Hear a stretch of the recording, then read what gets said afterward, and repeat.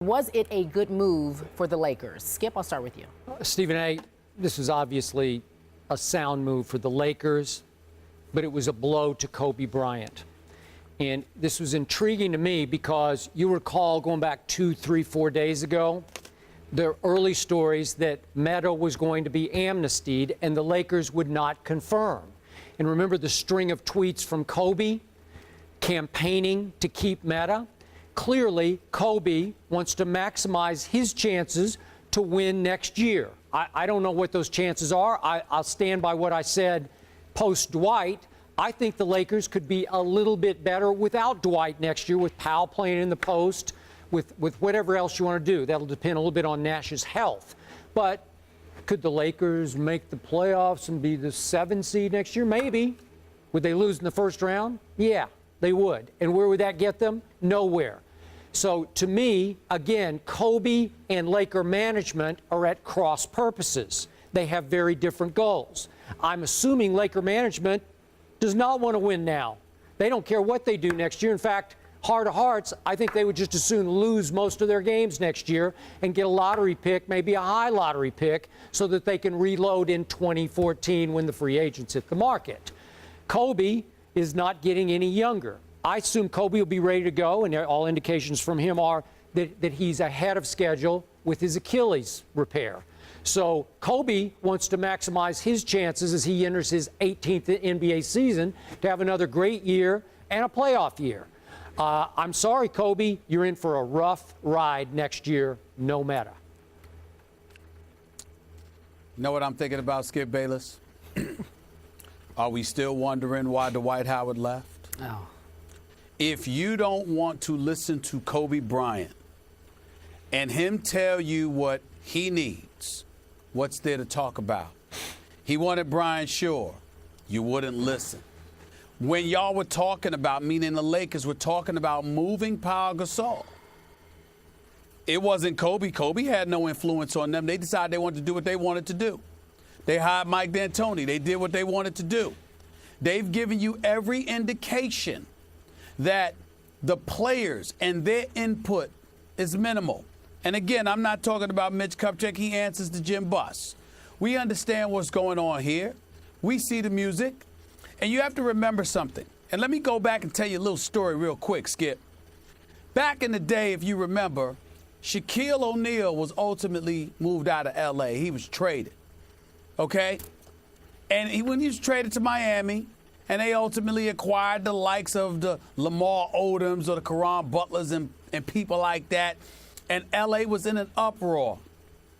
Yes, Dr. Jerry Buss, God rest his soul, at the time made that move. He talked about style of play, et cetera, but it was primarily for monetary reasons as well, because Shaq was looking for $100 million.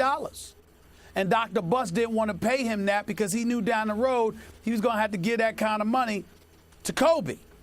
And so he didn't want that because Shaq was looking to cash in.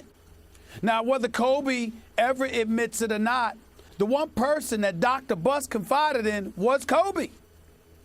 A lot of us guessed.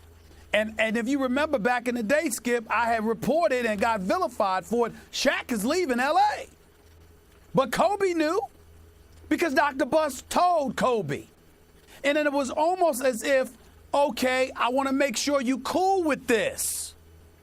This is not the kind of treatment that he gets in this day and age from these Lakers. This is the same Jim Buss that has spent all of these months. Yeah, granted, you let Mitch Kupchak work the phone, see what he could come up with, what decision he wants to make, et cetera. And you don't have to necessarily be in the meeting if you're Jim Buss when Kobe, Nash, D'Antoni, Mitch Kupchak show up to talk to Dwight Howard.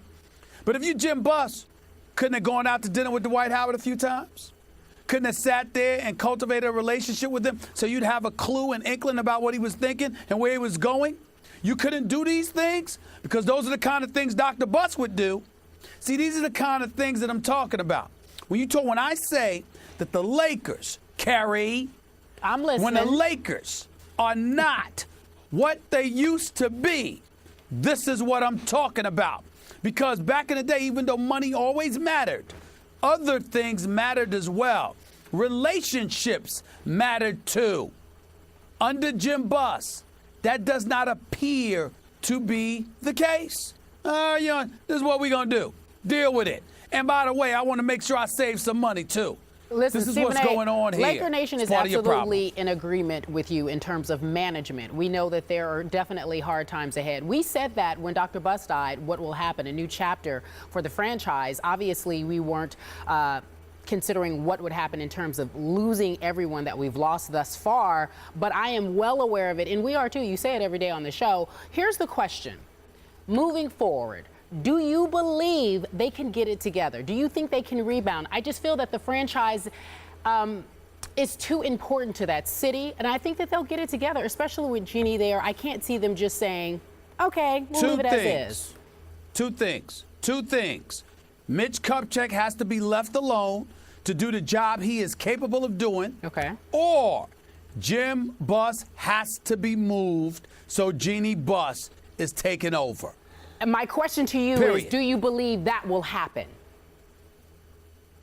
I think the Lakers would have to suffer, and then the Buss family will usurp the authority of Jim Buss, and Jeannie Buss would be inserted, and Phil would be back in the mix in some capacity. But I think it takes the Lakers having a really struggling season in order for that to transpire. Skip, you Point agree? of order, Stephen A. Smith. Yeah. You mentioned that Dr. Buss let Shaq go, moved him to Miami, saving the money that he was going to have to pay Shaq because he didn't think he was any longer worth it.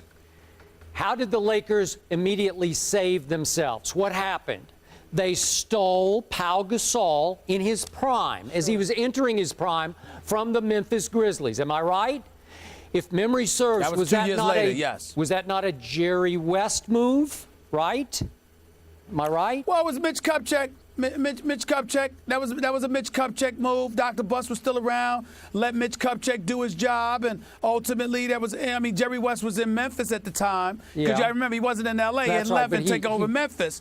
I don't know if it was a Dr. Buss, Jerry West kind of a liaison, but it could have been. Yeah. I'm just saying Mitch Kupchak was in this position. Okay. That's all I'm trying to say. My point is, you just said, leave Mitch alone, let him do the job he's capable of doing. I don't know if he's the next Jerry West, because there's really only one of those guys. Jerry West was the one who landed Shaq, who stole Kobe in the draft. Jerry West has GM genius to me. And I'm not sure, especially given all your misgivings about Jim Buss, I'm not sure the brain trust is that brainy right now. I'm not sure they could pull off that move. But he's a protege of Jerry West. Exactly. Let's see. Look, Mitch Kupchak has 2 championships on his resume, numerous division titles. Sure. Listen, the man deserves respect, if nothing else. Let's see what he can do, because if it's not him, you're leaning on Jim Buss. Which one you choosing? I'm rolling with Mitch.